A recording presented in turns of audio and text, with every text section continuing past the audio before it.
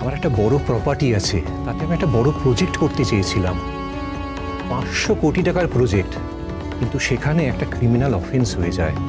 আর সেই false allegation আমার বিরুদ্ধে এনে আমার এগেনস্টে একটা এফআইআর করা হয়। I in deep travel. আপনি যদি এই কেসটা অ্যাকসেপ্ট করেন তাহলে আমি খুব বাধিত হই। কিন্তু মানে এত বড় কেস আপনি আমাকে ভরসা করে। আপনি পারবেন, আপনিই পারবেন। আপনি প্লিজ আমাকে ফিরিয়ে দেবেন না। যা ফিস লাগে, 5 লাখ টাকা তো অ্যাডভান্স দিলাম, এরপর যখন যা টাকা লাগবে আমি দেব। আমি শুনেছি পদ্মরানী আর কৃপান ব্যানার্জির কেসটা লড়ে আপনি হিস্ট্রি তৈরি করে ফেলেছেন। অসাধারণ আপনার আর্গুমেন্ট। আমি সব খবর নিয়েছি আপনার সম্বন্ধে। আপনার মতো লয়ার তো লাখে একটা মেলে। আর জীবনের প্রথম কেসে আপনি যেভাবে তুড়ি মেরে অগ্নিজিৎ মুখার্জির মতো দুধে উকিলকে একেবারে ফুৎকারে উড়িয়ে দিয়েছেন, আমি তাই চাই আপনি আমার কেসটা নিন। আপনি আপনার অফিসে বসে আমার সঙ্গে একটু যদি আলোচনা করেন। বেশ, ঠিক আছে। Thank you. চলি।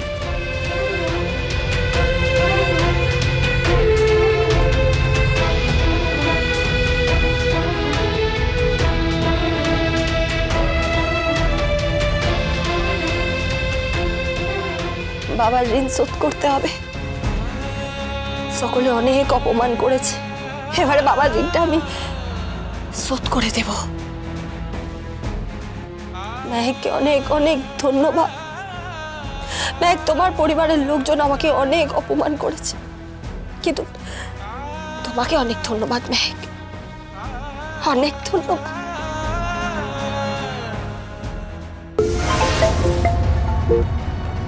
হ্যালো মিস্টার রায়, আমি প্রলয়জিৎ মুখার্জি বলছি। হ্যাঁ, আমি তো আপনাকেই ফোন করতে যাচ্ছিলাম।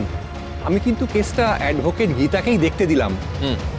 ভালো করেছেন, সঠিক লোককে দায়িত্ব দিয়েছেন। কিন্তু একটা জিনিস আমি বুঝতে পারছি না, আপনার দাদা এত বড় লয়ার, আমি তো চেয়েছিলাম আপনার দাদা কেসটা লড়ুক। গীতা শুধু আর্গুমেন্টের জন্য কেসটা লড়ে না, প্যাশন দিয়ে লড়ে কেসটা জেতার জন্য। আপনি নিশ্চিত থাকতে পারেন কেসটা আপনিই জিতবেন। আমি অনেক বড় জুয়া খেললাম।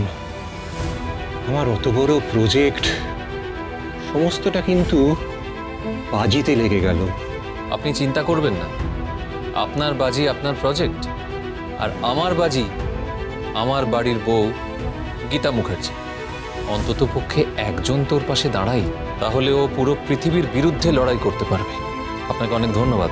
আপনি নিশ্চিন্ত থাকুন, এই কেসটা আপনিই জিতছেন। Thank you.